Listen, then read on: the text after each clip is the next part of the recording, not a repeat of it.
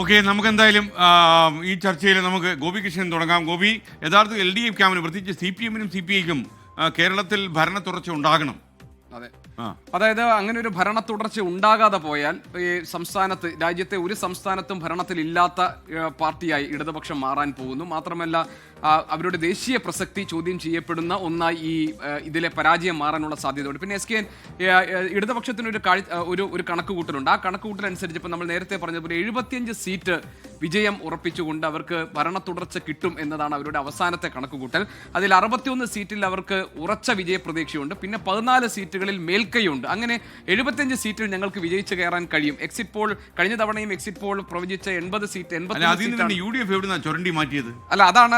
അതായത് അവർക്ക് പ്രതീക്ഷയുള്ള ഇടങ്ങൾ വെച്ചാൽ ഒന്ന് തൃശ്ശൂർ, ഒന്ന് പാലക്കാട്, ഒന്ന് തിരുവനന്തപുരം, കൊല്ലം, കണ്ണൂർ, ആലപ്പുഴ, കാസർഗോഡ് ഈ ജില്ലകളിലാണ് ഇടതുപക്ഷം മുന്നേറ്റം ഉണ്ടാക്കാൻ കഴിയുമെന്ന് അവർ കണക്ക് കൂട്ടുന്നത്. മാത്രമല്ല കഴിഞ്ഞ 2021 ഇതുപോലെ എക്സിറ്റ് പോൾ ഫലങ്ങൾ വന്നപ്പോൾ 81 സീറ്റാണ് ഇടതുമുന്നണിക്ക് അന്ന് പ്രവചിച്ചിരുന്നത്. അവിടെ അവർക്ക് 90-ലധികം സീറ്റുകൾ, ഏതാണ്ട് 99 സീറ്റ് നേടി അവർക്ക് അധികാരത്തിൽ വരാൻ കഴിഞ്ഞിട്ടുണ്ട്. അപ്പോൾ എക്സിറ്റ് പോൾ ഫലങ്ങൾ അവർക്ക് ഇപ്പോൾ തന്നെ 61 സീറ്റുകൾ പ്രവചിക്കുമ്പോൾ അതിനേക്കാൾ കൂടുതൽ സീറ്റ് നേടി അവർക്ക് കേവല ഭൂരിപക്ഷം തികയ്ക്കാൻ കഴിയും. അങ്ങനെ ഭരണ തുടർച്ച ഉണ്ടാകും എന്ന കണക്കുകൂട്ടൽ ഇടത് ക്യാമ്പിനുണ്ട്. ആ പ്രതീക്ഷയിലാണ്, ആ വിജയ പ്രതീക്ഷയിലാണ് ഇപ്പോഴും ഇടതുപക്ഷമുള്ളത്. അതുകൊണ്ടാണ്, അതല്ലെങ്കിൽ ഇടതുപക്ഷത്ത് സംഭവിക്കാൻ പോകുന്നത് ഒന്ന് അവരുടെ ദേശീയ പ്രസക്തി ചോദ്യം ചെയ്യപ്പെടുന്നു, രണ്ട് രാജ്യത്തൊരിടത്തും ഒരു സംസ്ഥാനത്തും ഭരണത്തിൽ ഇല്ലാത്തവരായി ഇടതുപക്ഷം മാറ്റി നിർത്തപ്പെടാൻ പോകുന്നു, മൂന്നാമതായി ഇനി CPM-നകത്തെ പുതുതലമുറയുടെ വരവറിയിക്കുന്ന ഒന്നായി ഇത് മാറുമോ?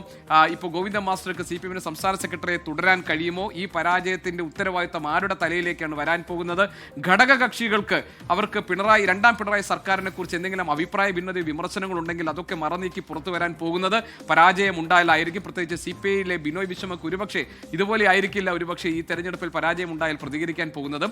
അതുകൊണ്ട് CPM-ലെ ആരായിരിക്കും പ്രതിപക്ഷ നേതാവ്, CPM-നെ ഇനി ആരാണ് നയിക്കാൻ പോകുന്നത്, ആ പാർട്ടിയുടെ ഘടനയിലും പ്രവർത്തന രീതിയിലും ഒക്കെ എന്തൊക്കെ മാറ്റങ്ങളായിരിക്കും ഈ തെരഞ്ഞെടുപ്പ് വിധിയിൽ സംഭവിക്കാൻ പോകുന്നത് എന്നത് ആ അർത്ഥത്തിൽ MV ഗോവിന്ദൻ മാസ്റ്റർ പറഞ്ഞതുപോലെ ഇത് വിധി നിർണായകമായ ഒരു ജനവിധി ആയിരിക്കും വരാൻ പോകുന്നത് എന്ന കാര്യത്തിൽ CPM നേതാക്കന്മാരിലോ CPI നേതാക്കന്മാരിലോ അവരുടെ ബോഡി ലാംഗ്വേജിലൊന്നും ഒരു ഭയപ്പാട് കാണുന്നില്ല.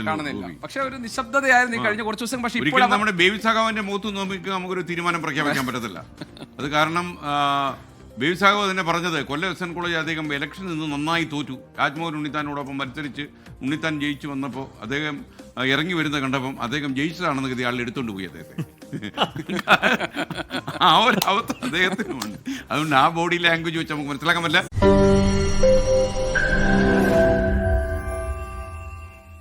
ലോകത്തെവിടെയായാലും ഏത് സമയത്തും 24 വാർത്തകളും ഓഗ്മെന്റഡ് റിയാലിറ്റി പാക്കേജുകളും എക്സ്പ്ലെയിനറുകളും വിശദമായി കാണാൻ ഞങ്ങളുടെ YouTube ചാനൽ നിങ്ങൾക്ക് സബ്സ്ക്രൈബ് ചെയ്യാം.